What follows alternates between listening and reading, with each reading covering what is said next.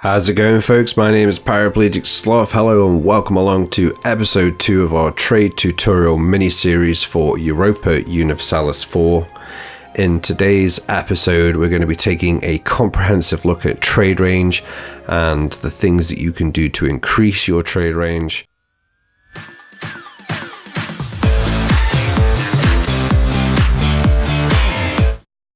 Okay, so just before we hop into a discussion on trade range, there's something that I need to explain before we crack on with that conversation, and that is the central province of a trade node. So every trade node has a kind of dominant province that is required to be discovered in order to interact with the trade node. So a good example is Siberia up here. Now this is the dominant province of the trade node. This is the center province of the trade node. It's signified, well, an inland one is signified by these barrels and crates inside of a province. It's also where all of the trade routes meet before, well, it's where the incoming comes in and then the outgoing starts, right? So I have to discover this province before I can use the Siberian trade node, okay?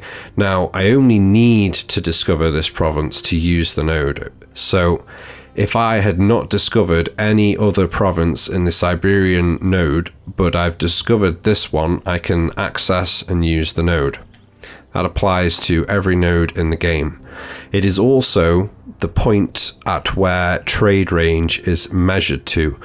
And this is, as a side note, this is actually why some people get confused between coring range and trade range. In reality, both ranges at base are exactly the same, but people think they're different because it can throw up kind of funny situations. So coring range is measuring to a province, but trade range is measuring to the center node, center province of a trade node.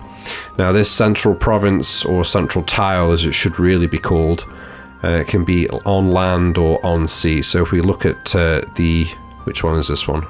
The Hormuz node, the central province is actually central tile because it's this sea province which is the central tile for the node. Okay, so now that we've got that out of the way, we can have a proper discussion on trade range.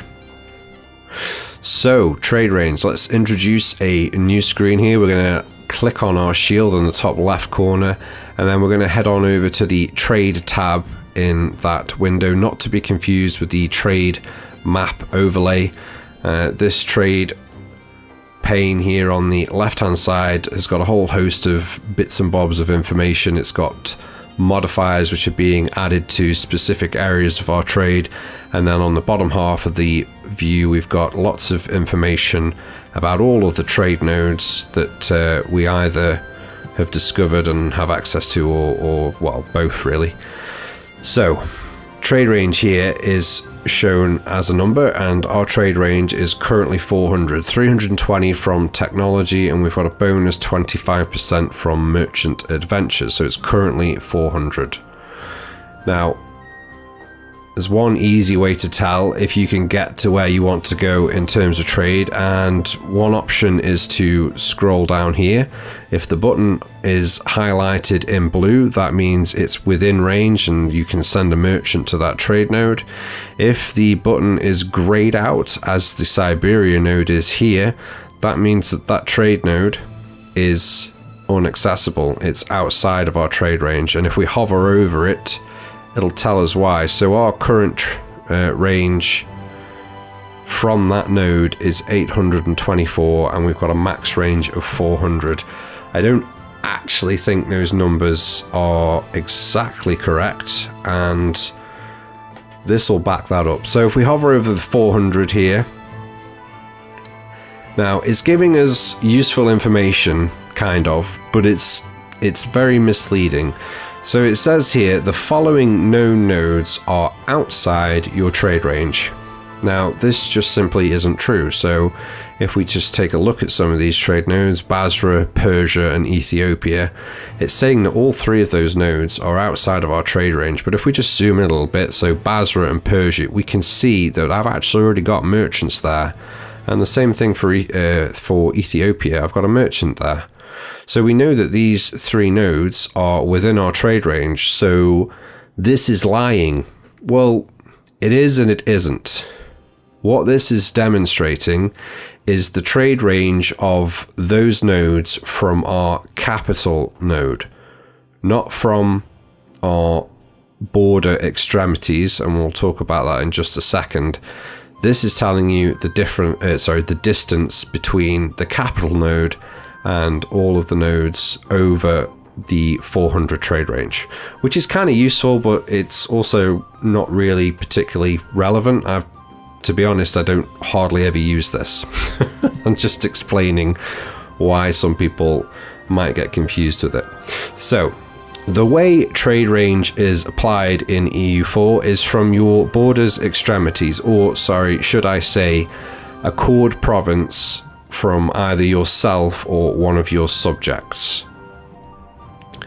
So, the closest, it can be anywhere on the planet. If you've got a chord province, say in the Malacca node here, and it's yours, it's chord, your trade range is 400 from that province. Conversely, if we go over to the other side of our empire, I think we own this province here. Yes, we do. So we're also getting 400 distance applied from this province here. So they're two different trade nodes, half a world apart. That is how the trade range is applied. So from the closest extremity of your border to the central tile of the node is the distance that is measured. I hope that makes sense. Okay, so that is trade range. Now, what can you do to increase your trade range? Well, there are three things. One of them is really obvious. You declare war on someone and take land in the direction that you want to increase your trade range. The second, less obvious option is fleet basing rights. So let's try and demonstrate this. So we've already established that I don't have access to the Siberian trade node. Okay. So let's test this. So let's click on Russia. We're allied to Russia, so they should be able to give us fleet basing rights. So if we ask access actions and then ask for fleet basing rights, we'll have to pay them, obviously, but we confirm that.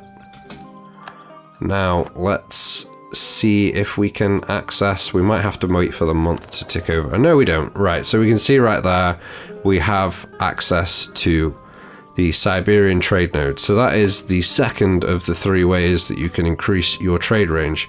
The third is to buy a province off someone. Now, you can only do this in colonial trade regions. No, sorry, in trade regions. You can only do this in trade charters. So there's lots of different colors, but basically it's West Africa, East Africa, India, and Southeast Asia, all of these different charters. So if any of these guys are willing to sell as a province, so let's go to diplomacy. I have to wait for my diplomat to come back there, and it might be, where's it going to be? Charter company. So currently I'm at war, so we can't demonstrate this, but this is what you'd click on here. So you do charter company, and then if the subject nation is willing to sell you a province, I think you can click on and try and pick which one you want. So an example of that would be found down here. So Spain have been doing all over the world, the rich buggers. They bought this province off Pasai, and they've also bought a province off